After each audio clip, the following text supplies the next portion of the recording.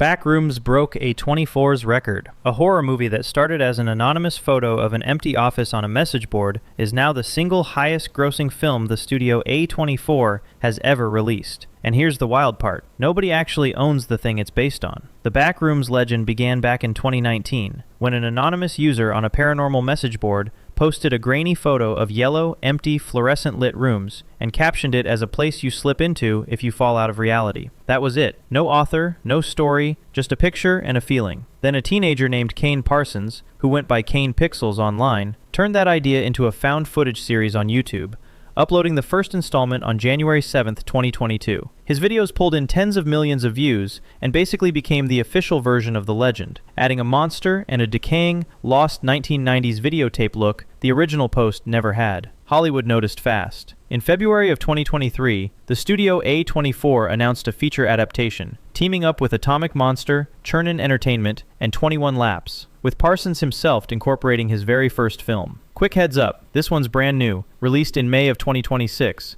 so I'll keep the details light. The finished movie was made for around $10 million, shot in Vancouver in the summer of 2025, and it stars Chiwetel Ejiofor as a man named Clark, who finds a doorway into the maze, alongside Renate Reinsve, Mark Duplass, Finn Bennett, and Lukita Maxwell. It kept strict continuity with the YouTube series, treating those online videos as canon instead of starting over. Then it went out wide on May 29th, 2026, grossed roughly $390 million worldwide, and became the biggest movie in A24's entire history. Critics were on board too, sitting around 87% positive, praising the dread and Ejiofor's performance. And at 20 years old, Parsons became the youngest filmmaker ever to have the #1 movie in the country. The most successful movie in A24's history has no original author, just an anonymous photo somebody posted online and walked away from. Slender Man was a Photoshop contest. The most famous monster the internet ever produced was invented in about an afternoon, as an entry in a Photoshop contest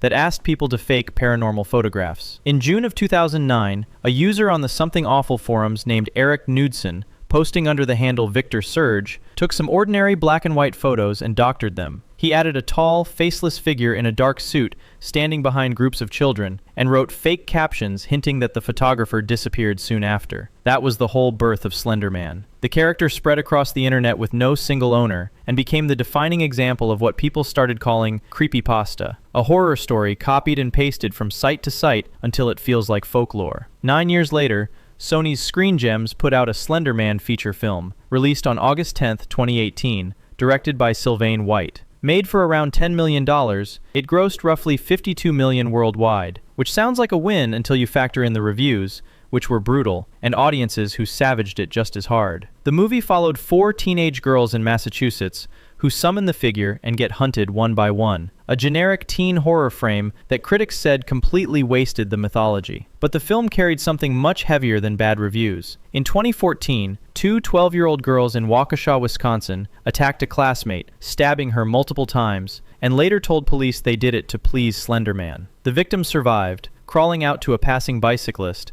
and the case drew national attention, turning a made-up internet character into the center of a real moral panic. When the movie finally came out years later, the Marcus Theater chain refused to screen it at several locations near Milwaukee and Waukesha, out of respect for the families affected. One of the 2 girls, Morgan Geyser, was committed to a psychiatric hospital, and as of 2025, she was granted conditional release after years of treatment, though the exact timeline stayed in flux. Slender Man is the origin point of modern internet horror, and the reason the word creepypasta went mainstream, but it's also the cautionary tale of the whole genre. The internet's most famous monster got a movie almost nobody liked, released into theaters that in some towns flat out refused to show it. 4chan built the Rake. The Rake didn't come from a writer. It came from a message board thread that literally opened with the words, "Let's make a new monster." In late 2005, an anonymous user on 4chan's random board asked everyone to help invent a brand new creature, and out of all the pitches, one stuck. A pale, crouching, humanoid thing with black eyes and long claws. A follow-up post dressed the idea up with fake historical accounts and an invented witness diary, which gave this committee-built monster the texture of a legend that had been around for centuries. It hadn't. The copypasta spread to LiveJournal by December of 2008, reached the paranormal boards by April of 2009, and hit the Something Awful forums by that summer. And pretty soon, the Rake was one of the most reposted creatures online, second only to Slender Man in those early creepypasta days. Then, in 2018, it got a real feature film, simply called The Rake, directed by Tony Wash and starring Shanae Grimes-Beach. The plot follows a brother and sister who reunite 20 years after the creature killed their parents, only to find it still lurking around their childhood home, waiting to finish the job. It was a low-budget independent production, and reviewers were not kind. There'd even been an earlier attempt, a found-footage short back in 2011, but the 2018 movie was the full feature-length swing. Here's what makes it strange. The Rake is the purest example of horror by committee, a monster with no single creator, assembled on purpose by an anonymous crowd, then handed a fake paper trail to make it feel discovered instead of invented. A monster that was designed by committee on a message board still ended up with its name on a feature film 13 years later. By the way, if you're enjoying this, I make videos like this all the time, and a subscribe would genuinely help the channel out. Thanks. Marble Hornets. Filmed Slender Man first. 10 days after Slender Man was invented on a forum, two college friends started filming the web series that would define what he actually looked like on camera, long before Hollywood ever got the chance. Marble Hornets launched on YouTube on June 20th, 2009, created by Troy Wagner and Joseph Delage, and it was the first project to ever put Slender Man in moving video. To dodge the copyright mess around the name, the series never once says Slender Man. It calls the figure the Operator, and marks his presence with bursts of camera static and video distortion. The whole story is told through lost tapes from an abandoned student film, and it unfolded in real time across YouTube and a companion account on Twitter, which made it an alternate reality game, an ARG, where the audience pieced the mystery together as it dropped. And this is the important part. A ton of the visual language people now associate with Slender Man, the glitching footage, the tall silhouette hovering at the edge of the frame, was invented right here, not in that original forum post. The series ran for 5 years, wrapping up on June 20th, 2014, and it directly inspired a whole wave of imitators. Eventually, Hollywood came knocking, and a film adaptation called Always Watching, a Marble Hornets story, was released in 2015, starring the creature actor Doug Jones as the Operator, following a news crew that finds a box of cursed tapes. Reviews were mostly negative, but here's the twist. Some critics actually called it a better Slender Man movie than the official Slender Man movie that came after it. Marble Hornets is where internet horror learned to move. It proved a faceless forum creation could carry a 5-year story, and it built the on-camera grammar every found footage Slender project has copied since. The web series a couple of film students shot in their spare time defined Slender Man on camera years before a studio ever pointed a lens at him.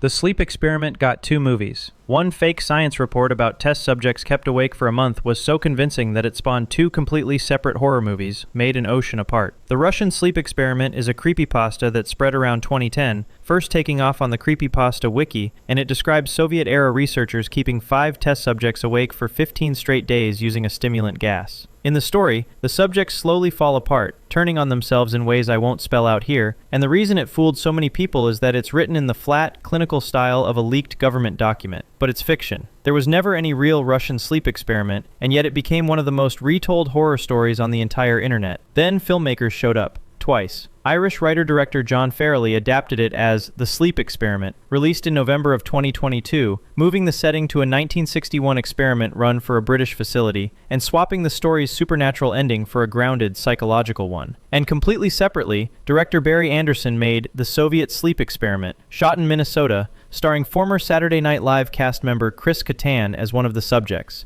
keeping the late 1940s Soviet setting. 2 films. The same free internet story, released within a couple of years of each other, with zero connection between the 2 productions. Reviews for both were middling, but honestly, that's not the point. The point is what this says about the internet. Because nobody holds the rights to a creepypasta, 2 filmmakers on 2 different continents could both adapt the Russian sleep experiment at the same time, and neither one had to ask a single person for permission. A story with no author and no owner got adapted twice, by 2 directors who never had to ask anyone for the rights. Jeff the Killer never got Hollywood. Jeff the Killer is one of the 3 most recognizable faces the internet ever made up, and the only movie he ever got was a scrappy indie shot in Minnesota. If you spent any time online in the late 2000s, you know the image. A bleach-white face stretched into a permanent grin, with lidless eyes that never blink. The story attached to it is about a burned, disfigured boy who becomes a killer and whispers, "Go to sleep." right before he strikes. And that combination of a disturbing photo and a short story made Jeff one of the most shared creepypastas of all time, right up there with Slender Man and the Rake. But here's the odd thing. With all that fame, no major studio ever touched him. The only feature-length treatment came from a small independent company in Minneapolis called Wendigo Productions,